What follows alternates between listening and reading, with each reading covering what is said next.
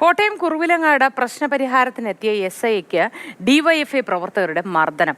Kuravilangad SI KV Santhosh കുമാറിനാണ് മർദ്ദനമേറ്റത്. 3 DYFI പ്രവർത്തകർ അറസ്റ്റിലായിട്ടുണ്ട്.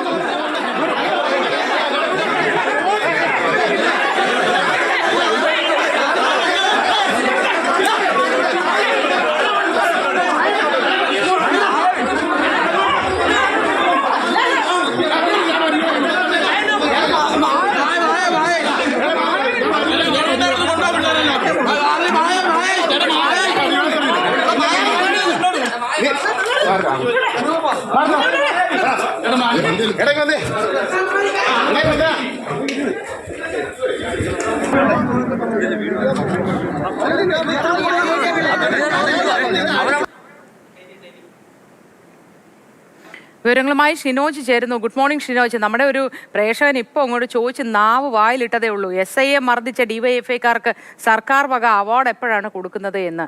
എന്തായിരുന്നു ഷിനോജ് ശരിക്കും സംഭവിച്ചത്? ചൊവ്വാഴ്ച വൈകിട്ട് 5 മണിയോട് കൂടിയാണ് ഈ സംഭവം നടക്കുന്നത്.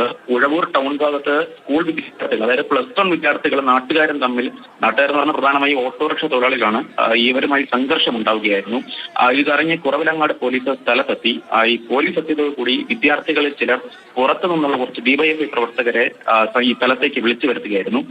ഇതിനിടയിൽ ഈ പിന്തിരിപ്പിക്കുന്നുണ്ട്, ഈ പ്രശ്നപരിഹാരത്തിനെത്തിയവരെ അതായത് ഈ മർദ്ദിച്ച ഈ ഓട്ടോറിക്ഷ തൊഴിലാളികളെയും അതുപോലെ തന്നെ ഈ വിദ്യാർത്ഥികളെയും പിന്തിരിപ്പിക്കുന്നതിനിടയിൽ ഈ ഡിവൈഎഫ്ഐ പ്രവർത്തകർ പോലീസിനെതിരെ തിരിയുകയും പോലീസുകാരനായ അവിടെ ഉണ്ടായിരുന്ന കുറവിലങ്ങാട് SIക്കെതിരെ മർദ്ദിക്കുകയും അതുപോലെ തന്നെ അസഭ്യ ഭാഷണം നടത്തുകയായിരുന്നു. അതിന് ദൃശ്യങ്ങളാണ് ഇപ്പോൾ പുറത്തു വന്നിരിക്കുന്നത്.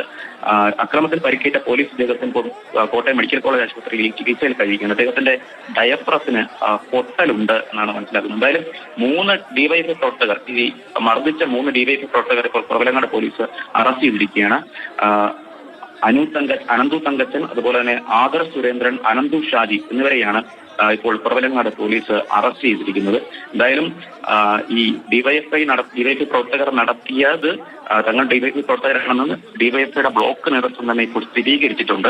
എന്തായാലും ഈ കുറവിലങ്ങാട് SIയുടെ നില അല്പം ഗുരുതരമാണ് എന്നാണ് ആശുപത്രിയിൽ നിന്ന് മനസ്സിലാക്കാൻ കഴിയുന്നത്. കാരണം അവിടെ ഡയഫ്രസിനൊക്കെ പൊട്ടലുണ്ട് എന്നാണ് ആശുപത്രിയിൽ നിന്ന് ലഭ്യമാകുന്ന വിവരം. ഷിനോജ്, അതായത് ഈ ഡിവൈഎഫ്ഐ പ്രവർത്തകരാണ് ഈ ആക്രമിച്ചത്, SIയെ ആക്രമിച്ചത്.